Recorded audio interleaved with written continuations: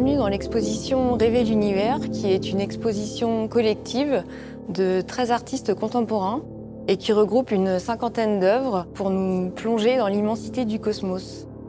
Certaines œuvres sont le fruit de résidences d'artistes dans des laboratoires de recherche et d'autres résultent d'une imagination et d'une passion pour ce sujet du cosmos. L'entrée de l'exposition est conçue comme un sas de décompression dans lequel on pénètre avec une œuvre de Philippe Baudeloc qui s'intitule Multivers et qui est réalisée au pastel à l'huile sur toile. Au bout de ce couloir d'entrée, on découvre une œuvre de Félicie Destienne-Dorve qui propose ici une série qui s'intitule Étalons Lumière et l'objectif est de nous reconnecter au temps cosmique. Vous avez Mars et Uranus et vous voyez sur 1 mètre étalon la vitesse que met la lumière à nous parvenir des différentes planètes. Et les données sont connectées avec celles de la NASA jusqu'en l'an 3000. On découvre maintenant une installation de Laurent Faure qui s'intitule Soleil éternel. Laurent Faure est un artiste pour lequel la matière de prédilection est la lumière. Et à partir de systèmes ingénieux et très simples, il arrive à nous plonger dans l'immensité du cosmos.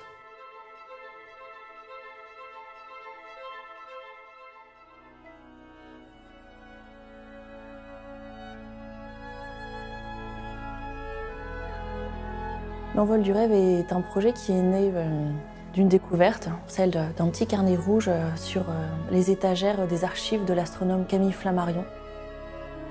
Dans ce carnet, Camille Flammarion consignait ses rêves. Alors, d'après les premières dates, il aurait commencé à 14 ans. Le soleil bleu s'agrandissait à vue d'œil, mais nouveauté aussi singulière que la première, la lumière dont il éclairait cette planète se compliquait d'un certain côté d'une coloration verte. Je regardais à nouveau et j'aperçus un second soleil. Celui-ci d'un vert émeraude, puis un troisième soleil, orangé celui-là, vint rejoindre à l'horizon les 2 premiers. Toutes les lumières de tous les soleils s'assemblèrent.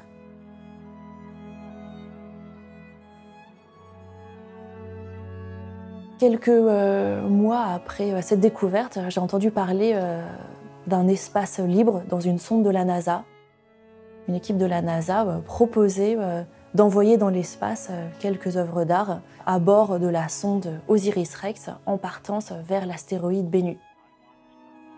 Le but en fait de cette mission est d'atteindre l'astéroïde Bennu pour extraire quelques fragments de roches et les ramener sur Terre. Et dans ces fragments de roches, on pourrait potentiellement trouver une explication sur l'arrivée de la vie sur Terre. Dans l'installation, on voit les 3 pages du rêve qui ont été envoyées au bord de la sonde Osiris-Rex. Les 3 pages que j'ai compressées au maximum, un peu comme une microfiche, parce qu'il y avait très peu d'espace libre dans cette sonde. L'autre élément présent dans l'installation est une vidéo réalisée à partir d'images du lancement de la sonde Osiris-Rex. Depuis le 8 septembre 2016, ce rêve de Camille Flammarion se déplace à travers l'espace et j'aimerais croire que ce rêve remontant l'espace va arriver au moment où Camille Flammarion était en train de réaliser ce rêve.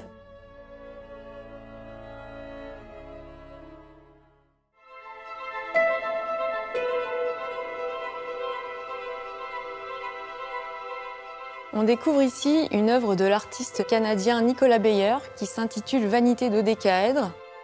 L'artiste cisèle un dodécaèdre qui est, selon Kepler, une des formes qui seraient présentes dans l'univers. Et en le ciselant sur un miroir, avec le jeu du reflet, nous nous intégrons dans l'univers.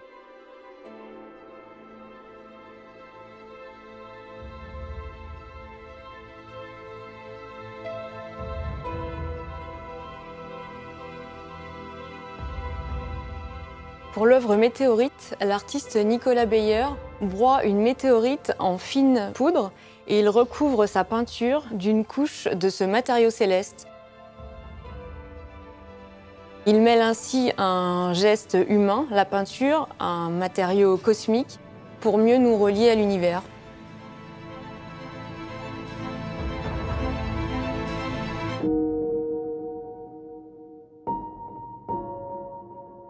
Nous sommes devant une œuvre de l'artiste Thomas Brumette.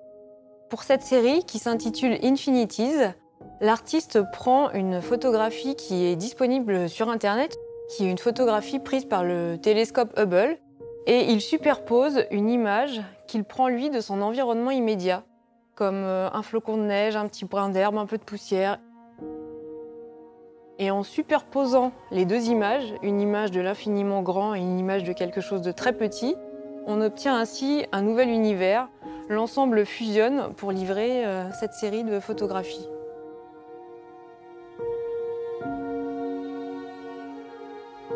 On a une série de photographies de l'artiste Patrick Bailly-Maître-Grand qui travaille exclusivement en argentique et en noir et blanc. Lors de l'éclipse de soleil de l'été 1999, il a mis en place un système ingénieux au-dessus d'une tasse à café et il photographie le reflet dans la tasse à café de l'éclipse de soleil. Pour cette série de photographies, il nous présente son cosmos rêvé que l'on peut voir dans des objets du quotidien. Donc ce sont des choses très simples mais qui arrivent à nous transporter vers un autre univers.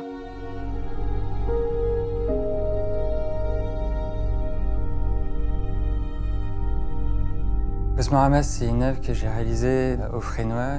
L'idée du film, finalement, ça a été d'inverser le point de vue d'un télescope en observant notre monde et notre environnement, en utilisant une technique qui est normalement utilisée par ces scientifiques pour observer des objets célestes.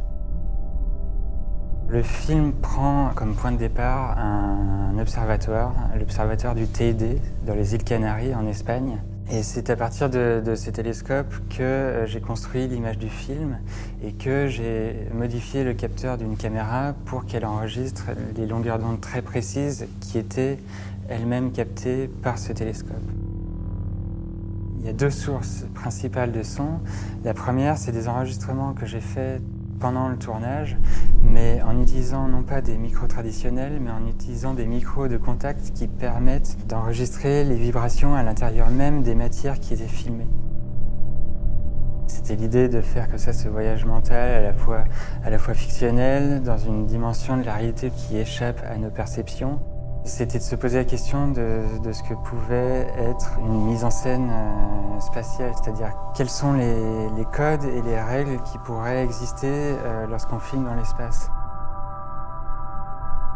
Il y a un référentiel tout de suite qu'il faut oublier, qui est le référentiel de l'horizon, puisque dans l'espace, il n'y a plus d'horizon. L'idée principale, c'était d'essayer d'oublier ce référentiel terrestre et de considérer l'espace dans toutes ses dimensions, en oubliant où est le haut, où est le bas, où est la gauche, où est la droite. Pendant le tournage du film, il y avait des roches qui m'intéressaient, des éléments végétaux, des choses comme ça que j'ai prélevées. J'ai eu envie de les photographier en les imprimant, cette fois-ci avec un cyanotype. C'est un procédé manuel qui remonte au début de la photographie et il y a ce dialogue qui m'intéressait justement entre l'utilisation d'une technologie très contemporaine et ce procédé qui remonte aux origines des toutes premières images. C'est pas une technique que j'ai choisie par hasard puisque dans son histoire elle m'intéressait puisqu'elle a été développée et inventée par John Herschel qui était un scientifique et un astronome. Les cyanotypes ne sont pas encadrés sous verre. Ils ne sont pas éclairés par une autre source que le film. C'était l'idée, en quelque sorte, de boucler la boucle. Ces rayonnements permettent de révéler et de faire apparaître ces images. J'ai toujours eu une attirance et un profond intérêt pour ce qui me dépassait, pour des choses qui sont presque irreprésentables, en fait. Ce qui me fascine, c'est comment essayer de rattraper ces choses qui nous échappent et d'essayer, même si c'est presque vain, de leur donner un corps. Cette image, pour moi, elle nous permettait justement de se détacher de toute la culture des images que l'on peut avoir et de revoir quelque chose comme si on le voyait pour la première fois.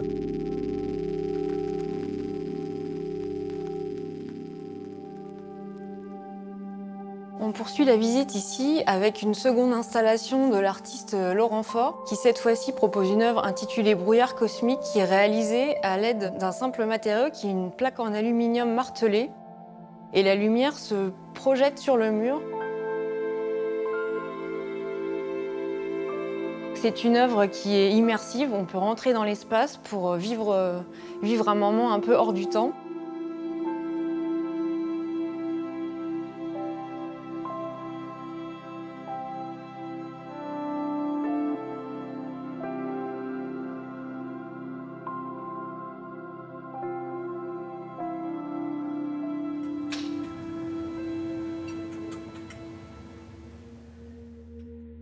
J'ai commencé avec Alchimie, puis le Cosmos. Et puis bon, après il y avait aussi des travaux de gravure que j'ai utilisé. C'était pour moi, la gravure était très importante parce que c'était attaquer l'acier avec les acides. Moi j'ai commencé ma sculpture vraiment avec l'acier fer forgé. Et moi, ce qui m'avait fasciné, intéressé, c'était la matière. Je voulais transformer d'une forme à l'autre forme sans perdre la matière. En même temps, il y a une chose qui m'a un peu fasciné, c'était le pendule de Foucault que j'ai découvert ici à Paris, qui m'a beaucoup séduit. Et ce que j'ai commencé un peu à expérimenter avec cette sphère-là, c'était le miroir concave que j'ai poli à l'intérieur par hasard, comme ça. Souvent, c'est des hasards qui vous amènent à des changements dans le développement. Et j'ai posé une sphère dedans.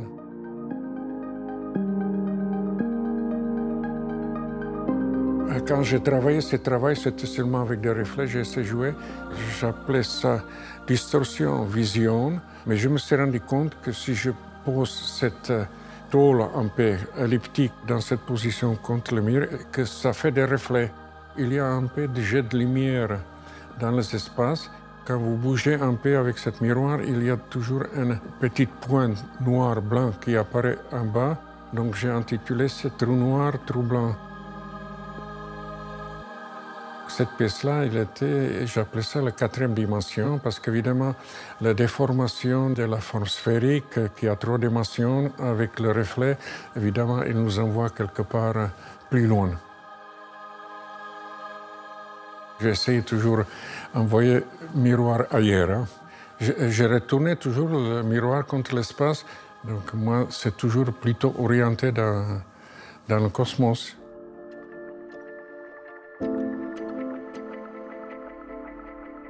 On découvre ici une projection qui est une œuvre de commande auprès de l'artiste Philippe Baudeloc et qui s'intitule Space Guild. On a ici une œuvre qui est un programme génératif qui est totalement aléatoire et qui nous plonge dans un autre espace.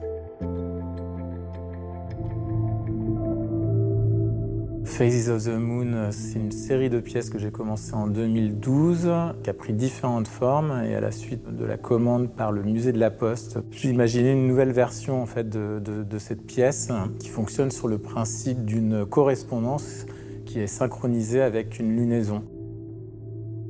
Avec les représentations de la phase de la Lune à l'intérieur de chaque timbre, on voit justement le cycle s'ouvrir du 19 août jusqu'au 17 septembre, où à nouveau on est sur une nouvelle lune. À partir du 19 août, j'ai commencé le premier envoi. J'ai remis le colis au postier ou à la postière qui était en face de moi, en lui demandant d'apposer le timbre date, qui vient en quelque sorte sceller la première activation de la pièce. La représentation de la phase de la Lune à l'intérieur du timbre, pour moi, elle est importante parce que c'est la représentation au moment du voyage, en fait. Sur les fenêtrages, en fait, l'idée, c'était sur chaque disque que j'avais pu sélectionner, c'était de venir faire un zoom ou un focus sur l'élément qui était relatif à la Lune. Il y a cette idée aussi de la latence entre le départ, l'envoi de la correspondance, la réception, le moment où elle est disposée dans la salle d'exposition, puisqu'on avait mis en place aussi un dispositif de monstration qui fonctionne à la fois comme un semainier, mais aussi comme un sablier, puisqu'il vient se remplir au fur et à mesure. Donc il y a toujours des questions de décalage, de va-et-vient entre le passé et le présent.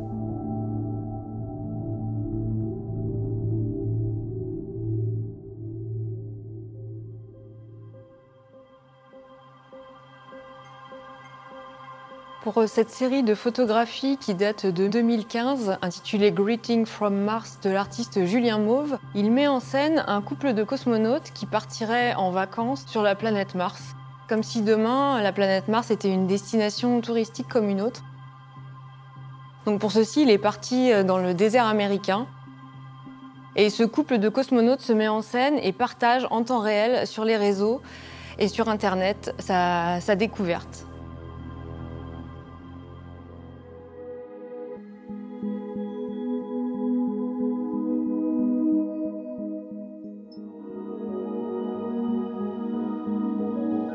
Alors en fait, cette série Phénomène, c'est la suite de beaucoup de projets. Dans tout mon travail, je m'intéresse beaucoup à la question de la fabrication des images, aux images dans les images, à l'image palimpseste, etc. J'ai eu la chance de partir 2 mois aux États-Unis pour traverser et parcourir tous les États-Unis dans beaucoup de laboratoires, de la NASA, aux universités de Berkeley. Et eux s'intéressaient à la collision de trous noirs et aux ondes gravitationnelles. Mon idée n'était pas du tout de documenter la science au travail, mais vraiment de parler des phénomènes. J'aime bien ne pas donner toutes les clés et laisser le spectateur ou le regardeur s'intéresser, se laisser intriguer. Au hasard de mes recherches, à un moment, je suis tombée sur un texte de 2 chercheurs américains qui s'interrogeaient sur la couleur moyenne de l'univers. C'est 2 scientifiques américains qui ont rassemblé dans une forme de cube virtuel via l'informatique un échantillon de 200 000 galaxies. Ils en ont conclu que la couleur moyenne de l'univers aujourd'hui serait beige. Ce qui est très étonnant et ce qui m'intéressait beaucoup parce que pour moi, quand j'imagine l'univers, c'est plutôt sombre. Déjà poétiquement, je trouvais ça incroyable. Et en plus, la disjonction qu'il y avait avec notre imaginaire et la réalité était complètement différente. Et c'est un peu ça, dans toutes mes images.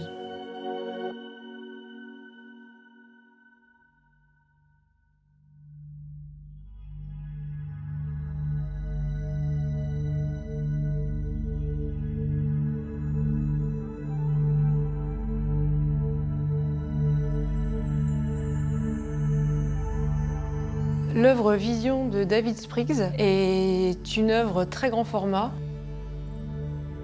L'artiste travaille en 2 dimensions et le résultat est une sculpture en 3 dimensions. Pour ce faire, il peint de fines pellicules transparentes avec de la peinture blanche et il remet les couches les unes devant les autres comme un millefeuille. Et on a la sensation d'un astre qui est suspendu et qui est soit en train d'imploser ou d'exploser selon où on se trouve autour de la sculpture.